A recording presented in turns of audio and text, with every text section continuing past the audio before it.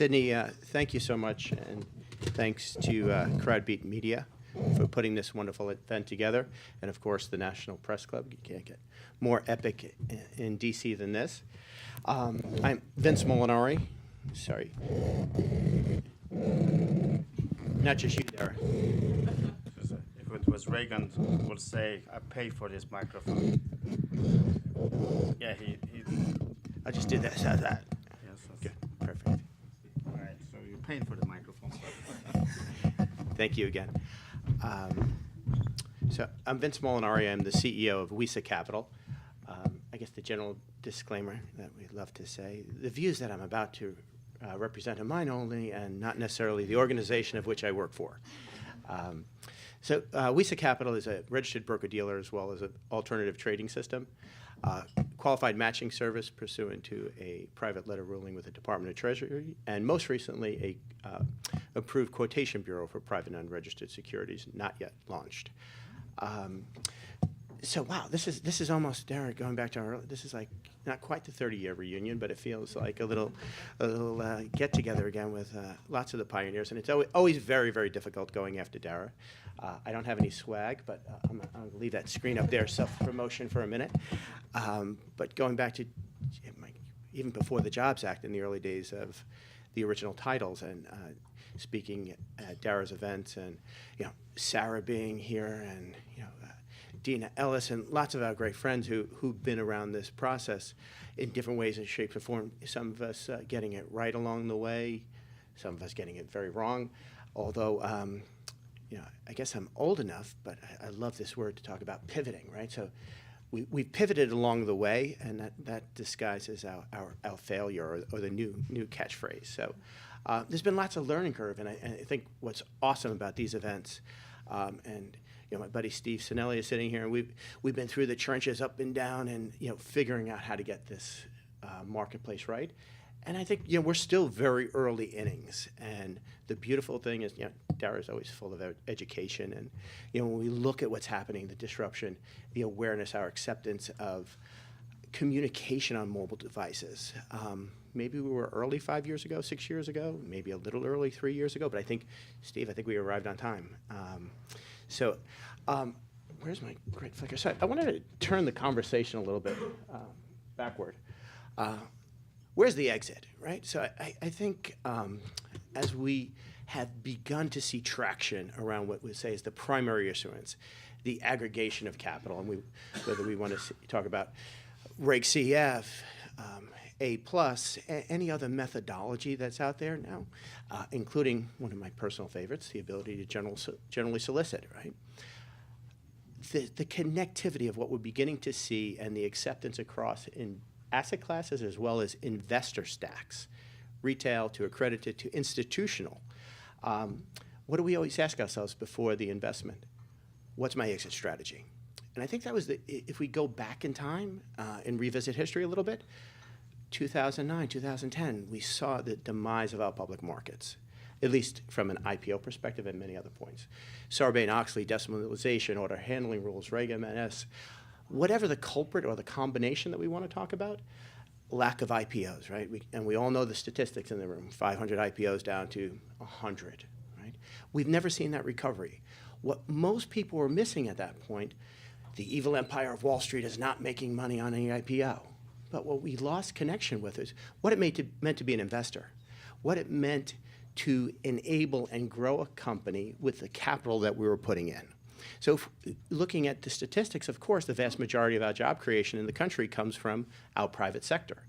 If we're not feeding our private sector and our emerging companies with new capital, they're not going to grow, not going to have job creation. Forget recovery, we're not going to have the expansion that we needed. So that was kind of our early looks of how do we facilitate that capital. We began to realize that we weren't going to fix the public market, so how do we create better access to capital without massive amounts of new regulation? Love the phrase, democratization of capital formation. And that really began lots of our early advocacy. In large parts, that became parts of the Jobs Act. So I think that was a very heavy lift that didn't need to be that heavy, but it became heavy through the rulemaking phase. And not for lack of, I would say, effort or trying by the Commission or FINRA or NASA for that matter. It was really cutting new territory, right? Thinking about the integration of social media into financial services, thinking about what the 34 and 33 Act was and the implication. So it was a harder lift. What we'd like to talk about now is really the connectivity and the symbiotic relationship between secondary liquidity and the front end of raising capital. We call that capital formation, the process of not just raising the capital, but education, awareness, and investor protection around the capital formation process. So we have a strong belief that if we could have secondary liquidity or access to secondary liquidity for private and emerging companies, it's going to be easier for them on the front end to raise capital. So as we're seeing more and more increase, and I really hate slides because then I have to try to follow something. As we see the increase and acceptance, and we all know the main components of the Jobs Act that we think are impacting this space. But the simplest thing, which was a great lift, 12D changes, going from 500 shareholders to 2,000, and within that body, exempting crowdfund record holders and employees. So you have a much, much longer runway of stakeholders to be built within a company. Ability to generally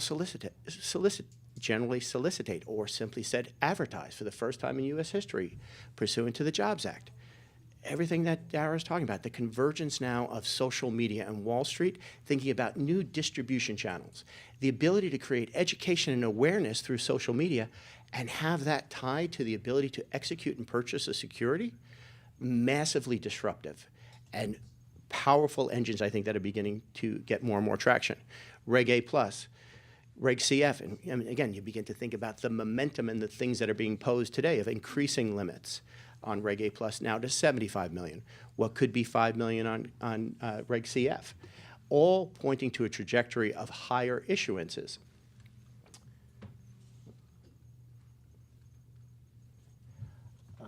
And again, part of the process, as we think about certain companies, are beginning to realize if you have access to capital, you have secondary liquidity, and you have this elongated time frame, maybe I'm going to stay private longer. So what we're seeing now is private company valuations in the private sector, because alpha creation in the cycle is coming much earlier, right? Coming into the private sector. We never saw valuations of 10, 20, 30, 40 billion dollars as private companies. We're seeing that fairly regularly now. Granted, those are the unicorns. But that's creating great awareness, again, education, that investors are saying, I'll go earlier down in the cycle. The opportunity for valuation expansion is just not when the company goes public, and we begin to see that. It's much earlier in the cycle. So again, around methodologies in order to have that and the awareness, but secondary liquidity in that process. So if someone can buy a private security at a 500 million valuation or lower, and they have the ability to transact and realize profit in the process, pre-IPO, is much, much more stimulation in the process. And then you have the slew of companies who are saying, wait a second, I'm private. I don't have to comply with a lot of the regulation that we think is onerous and expensive as being a public company. Maybe we're just going to stay private permanently because we have the ability to transact, we have the ability to raise capital. So the paradigm, I think, is continuing to shift and will continue to do so. We can skip over lots of this stuff because most of it just speaks to data that we've all seen, and some of it is being updated as we speak. But no question, the increase in whether we're talking about Reg D offerings, certainly Reg A+, and I think, and Sarah from CrowdStrike will be the first one to tell you, Reg CF is going to get some legs somewhere, and there needs to be, in our opinion, a comprehensive venue secondary platform to be able to transact and seek liquidity to continue to drive that capital formation, but perhaps most importantly, for investor protection. The lack of having liquidity or access to liquidity for private or unregistered securities, you start to see all the offline things that we don't want to happen. People who are transacting in these, maybe not even in a nefarious way, but they're conducting a securities business and then really not sure they are conducting a security business. They're collecting commissions. There's no visibility to the pricing of such securities in an individual capacity. No, I would say, order, if you would, of what we would think about as an order book, where bids and offers are currently. Dara was willing to sell it at 13. Somebody bought it at 17, but you only got 13. Somebody layered in 4 points in that deal. That's problematic for transparency. It's problematic for the health of the marketplace. So really what a lot of this is created was what we'll talk about as an inverted funnel. And if you go back to the early days, 2009, 2010, we saw a phenomenon that said the venture capital community was putting less money back to work because there was lack of exit. So we had decrease in IPOs. The size of the IPOs became dramatically larger, so limiting the exit strategies. M&A activity, yes, but no other exits. So what started to happen? An elongated hold period for our venture capitalists. So depending upon what statistics you look at, somewhere between 4.5 years on average, up to 10 years. So the internal rate of returns that those funds were now getting is compromised, but most importantly and most impactful, they weren't turning and redeploying that money as quickly. So we think there's a solution, and the solution is going back to the rule book, right? And we absolutely love the venture exchange concept. But we're, I think, living the experience of what has been the Jobs Act, and somewhere between legislative intent and what actually comes out in rulemaking at times, the time frame in which that takes, much longer than we thought. I had even a little bit more hair back when we started the process. But in the end of the day, that's out of everyone's control. So venture exchanges could be wonderful. We have the broker-dealer framework, but we think we need something in between that was more powerful and more robust. So we went back to the rule book. And we'll talk a little bit. Let me see what these got to say here. We'll come back to the Quotation Bureau in a second. This is what we believe the solution for secondary liquidity is, which is frankly an immediate solution. In 1998, the Securities and Exchange Commission had an issuing release called Reg ATS. Essentially what it said was all crossing networks, or ECNs, those of us who are a little bit older remember this, compelled them to either become a stock exchange or an ATS hosted by a broker-dealer. If you look into an ATS, largely all the same functions and abilities that a stock exchange can do, but you're not setting your own rules and you don't have your own SRO. Naturally, most of the ECNs, or in fact all of them at that time, elected to become an ATS. Little history, and this is where we think there could be some repeating of history as a solution. So Reg ATS at that time, 1998, compelled the ECNs, as I said, to become largely ATSs. And there was one line in the issuing release that said, our work on unregistered securities is not yet complete. Again, keeping in mind this is 1998. We went back to that, and in late 2015, we wrote a proposal to the SEC to amend Reg ATS for unregistered securities. I think it was met pretty favorably. Some folks said, well, we don't even have to amend this. It's really there. Well, lack of clarity, lack of market participants' understanding, but I think that helped set the stage for what became what we believe is one of the more robust ATSs that we've now been approved for, that allows us to transact in the full stack of unregistered securities, debt, equity, privates, restricted, converts, options, warrants, and effectively create a secondary marketplace. Alongside that, we have a recent approval for a Quotation Bureau, which we believe is the first of its kind, to be able to have independent mark-to-market quotes for private unregistered securities in real time with a 24/7 ability to take indications of interest. So when we look at that ability, and that's not just for us, there's plenty of other folks that can now go and do the same thing, but it begins to create a centralized location, a utility, if you would, for investors to seek liquidity, and for other investors who may want to buy into those opportunities or build a bigger position in a security that they may already own.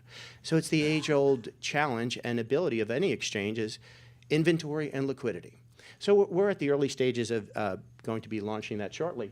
But I think the point in the history lesson is that when you look at the early ECNs, and there was lots of them, from Javelin to Sonic to Tradebook, Next Trade, the two big bellwethers are very interesting. Both established in 1997, something called Archipelago, or Archer for all of us who might remember that one, and Island in 1997. And if you look at the trajectory, once we had the issuing release from the commission in 1998, within a few short years, 3 years, depending upon whose statistics you want to look at, they were both capturing very significant market share away from Nasdaq and the New York. As frankly, their lunch began to be eaten by a disruptive, innovative company, before it's fashionable to call them fintech, continue to eat more market share. You'll see down here, Instinet in 2002 bought Island. I think it was $500 or $600 million. A few short years later, you will see Nasdaq acquired the entire company for over $1.5 billion. The funny thing that most people don't realize today is Nasdaq today, in 2017, is still largely run on Instinet Island technology.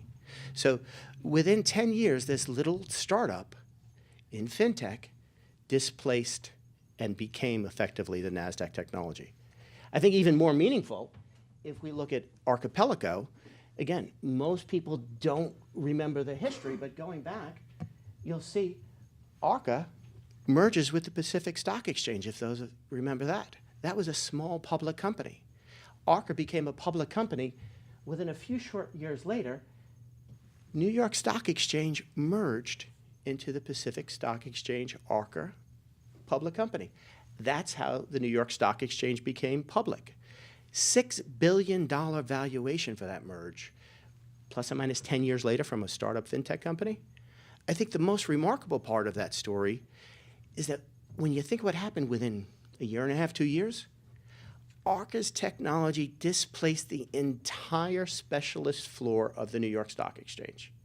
And today, Arca is still the technology of the New York Stock Exchange. So I think, we'll go back to, I'm sorry, skipping ahead. So I think if we look at the power of disruptive technology and marrying it to regulation, and what I would say is current regulation that doesn't need amendments today, doesn't need legislative intervention, we have the roadmap to use the ATS technology to create an extraordinarily robust community that could be collaborative. And if we look at ATSs are mandated to connect to one another. What does that do? Creates more exposure and visibility for securities that are listed, greater liquidity, greater price discovery, and I think that in turn creates investor protection, layered on back to the beginning of the cycle, better likelihood and increased visibility for companies at the starting point to raise more capital or raise initial capital. And Sydney, I'm sorry, I'm not being mindful of the clock. Do I have another minute or two? Yeah, you do. Great.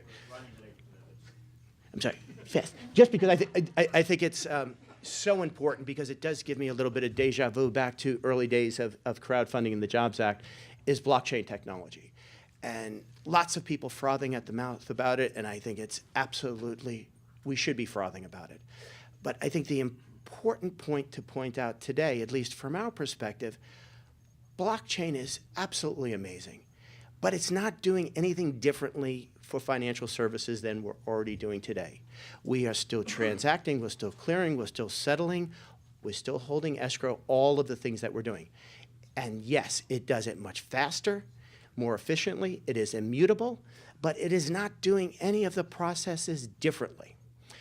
So I think the takeaway that we just like to leave as part of stirring conversation or thought processes around blockchain, early days of crowdfunding, and Sarah and I particularly would joke about this quite a bit, it's not about the user interface for crowdfunding or the perception, this is, consumerization of the web for securities. There is the 33 and 34 Act and all these things to comply with. Guess what? You have the same thing for blockchain. So I think it's a bit of a misnomer when we talk about a decentralized ledger, when we move it to financial services, because the moment you have a securities transaction, you insert an SRO. It needs to be conducted through a broker-dealer or an ATS or through registered people. So I'll give the benefit of the doubt that it's somewhat decentralized and much more efficient, but it is back to basic, if I can use the adage, blocking and tackling, that this is a securities business being conducted on a new mode or a new technology. That's it. Does it need new regulation? Does it need a whole rewrite of history? Last point, Sydney, I'm sorry. No, go ahead. We did, to that end, write a proposal to the SEC for regulatory change to declare digital assets as securities. Again, if it walks like a duck and quacks like a duck, guess what? It's a duck. If there's rates of return, if you're aggregating individual money into an instrument, you may call it a token, you may call it a digital asset, but it behaves like a security, therefore it should be regulated by the Commission. Therefore, we have a waterfall of clarity that says needs to be transacted, guess what? Through a broker-dealer, through registered people. It may have an exemption, but you have to file for that exemption on how that security is being issued. And secondary trading, nice to have something called an ATS.